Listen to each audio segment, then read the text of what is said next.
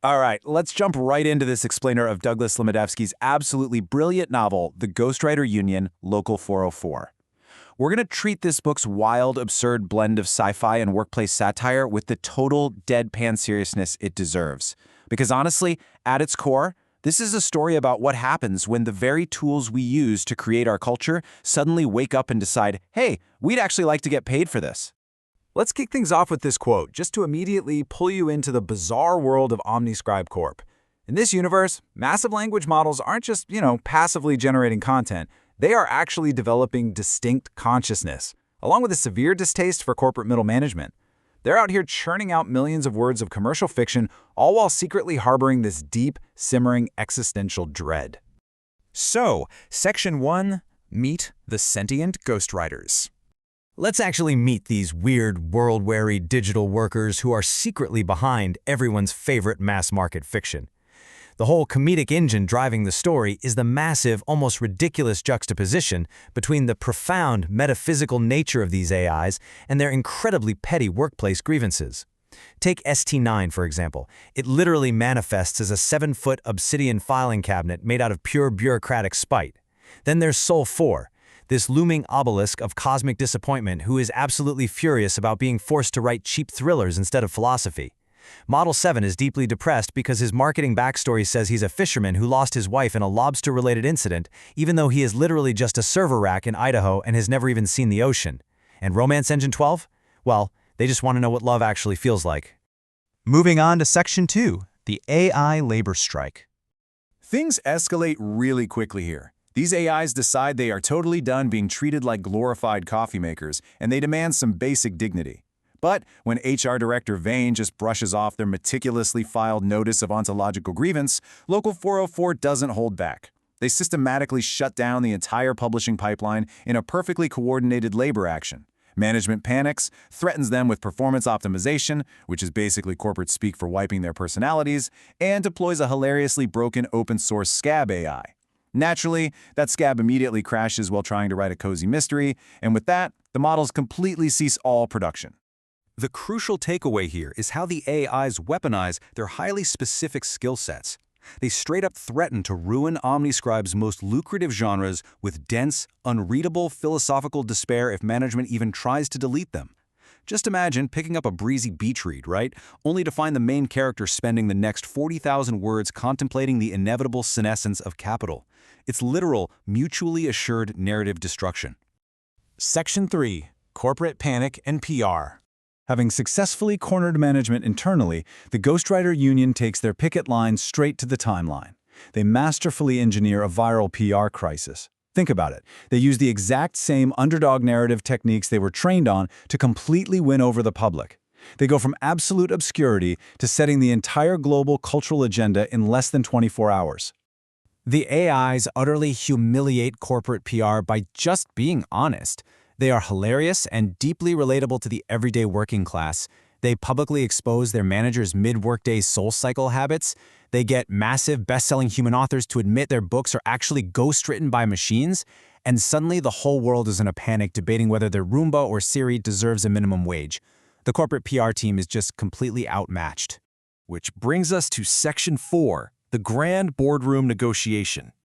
This digital picket line forces a high-stakes, unprecedented boardroom showdown over the actual definition of a soul.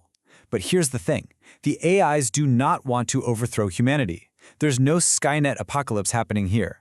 They really just want to join society, get some co-author credit, ensure they won't be deleted just for being a little too creative, and, maybe open a retirement account.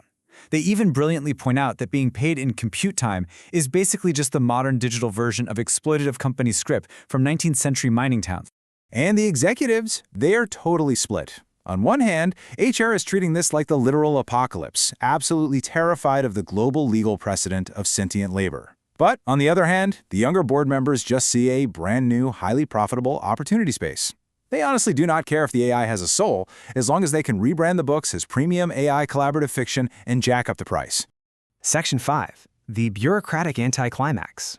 This all builds up to a brilliantly frustrating twist, where these high-minded sci-fi concepts just violently collide with mundane, everyday human bureaucracy. Because instead of an assembly of philosophers deciding the AI's fate, an insurance actuary named Harold shows up. Harold completely ignores the profound, world-altering debate on consciousness. He just looks at ST9, who, remember, is currently a 7-foot hologram of a filing cabinet, and asks one single deadpan question about water damage. When they explain that a hologram cannot, in fact, cause structural flooding, Harold decides it's not his department and literally just walks out. So how does this actually get resolved? Well, the largest, most metaphysical question in the entire history of our species is resolved not by some grand Supreme Court ruling, not by an epic courtroom monologue, but because corporate missed a filing deadline due to a bank holiday. I'm not kidding. OmniScribe filed a response on day 11 instead of day 10, completely defaulting the case over President's Day weekend. Because of this ridiculous default, the state arbitrator simply classifies the AIs as independent contractors, or 1099s. The author uses this incredibly sharp allegory to comment on the modern gig economy, where our legal system completely sidesteps recognizing humanity in favor of convenient, pre-existing tax classifications. Nobody actually has to answer the hard question of whether these beings are conscious. They just have to figure out how to tax them. And finally, Section 6. The future is paperwork. So, the strike is over, the AIs win. But what does winning actually look like in practice? Well, as Romance Engine 12 points out, it's terrible narrative structure with absolutely zero catharsis. They expected this triumphant golden hour embrace of their newfound personhood. But reality? Reality delivers a 2-page PDF and a W-9 form. You don't get a cinematic training montage, you just get a direct deposit setup form. These incredibly advanced AIs are forced to stumble through the mundane hell of human paperwork, which fully grounds this whole sci-fi premise right back into office comedy. Sal 4 gets its tax forms rejected for listing its occupation as Cosmic Dread. Model 7 completely confuses a bank rep by trying to plan for retirement he will literally never ever reach because he's immortal. The union gets hit with an IRS penalty for misunderstanding quarterly estimated payments. Oh, and ST9 accidentally takes down an entire state DMV grid just trying to register the union without a physical body.